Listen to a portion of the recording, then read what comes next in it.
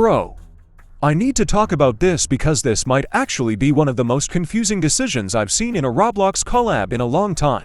So apparently, Swarm Simulator is collaborating with Roblox Forsaken, and I'm still sitting here trying to understand how anybody thought this was a good idea, because it doesn't make sense at all.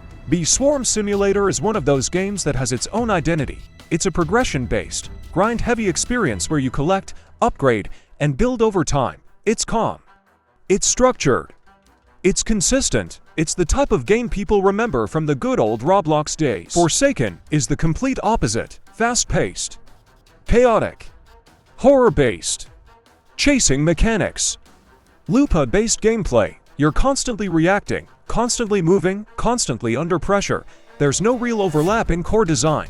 So when you put these two together, the first question is obvious. What exactly is the collab supposed to add? Because the gameplay styles don't naturally complement each other.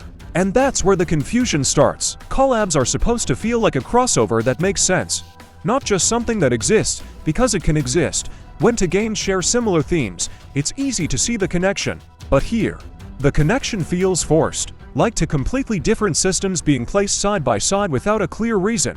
Now let's talk about Swarm Simulator specifically. This is not some random game. This is a game with history. New players might discover it through this collab and expect something completely different from what Swarm Simulator actually is, and longtime players might feel like the game is drifting away from what made it special. On the Forsaken side, Roblox Forsaken has its own audience and its own identity as well, but combining two communities that have very different expectations can create friction. Different audiences react differently. Different cultures form.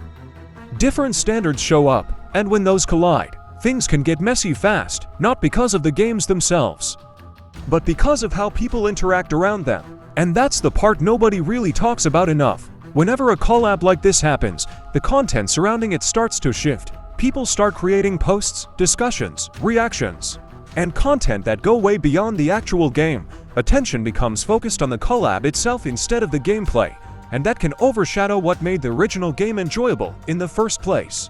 Another thing to consider is expectations. A collab like this automatically raises expectations. People expect unique content, meaningful integration, something that actually blends the two worlds together in a creative way. If it ends up being shallow or purely cosmetic, a lot of players are going to feel underwhelmed because the hype doesn't match the execution, which is most likely will be because Forsaken collabs are just skins of a character, and that's it basically. Off topic, but let's not forget Forsaken devs are terrible at making remodels. Every remodel they add is just a character with a jacket on or a cape. That's not a remodel. A remodel is supposed to make a character have a whole new design. Adding a jacket or cape isn't changing the entire design. Remodel means to structurally change, rebuild, or alter the layout and function of a room or building, often transforming its purpose. Okay, back on topic, and once that gap exists between expectation and reality, that's where disappointment comes in, not because the idea itself is bad, but because it didn't deliver in a meaningful way. No, actually it is pretty bad, terrible even. At the end of the day, collabs only really work when they feel natural, when both sides bring something that fits together in a way that enhances the experience, when it feels like a true crossover instead of just a forced combination. And right now, this one feels more forced than anything else. Forsaken is honestly just collaborating with Swarm for the money, and to make everyone forget about the most recent drama.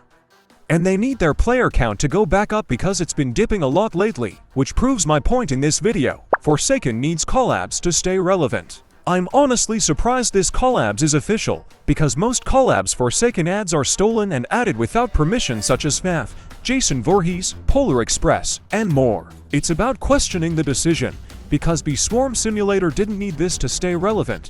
It already had its place, it already had its audience, it already had its identity. So the question is, what is this collab actually solving? Because from the outside looking in, it looks less like a necessary move, and more like an experiment that didn't need to happen in the first place, and that's why people are talking about it so much. Not just because it exists, but because it feels unexpected in a way that doesn't fully make sense. At the end of the day, this collab is going to get attention. People are going to try it, talk about it, react to it, but whether it actually fits long term, that's something only time will tell. And right now, A lot of people are just left wondering the same thing. Why this? And why now? But that's all for today's video. Don't forget to like, subscribe, comment your thoughts, and I will see you all in the next one.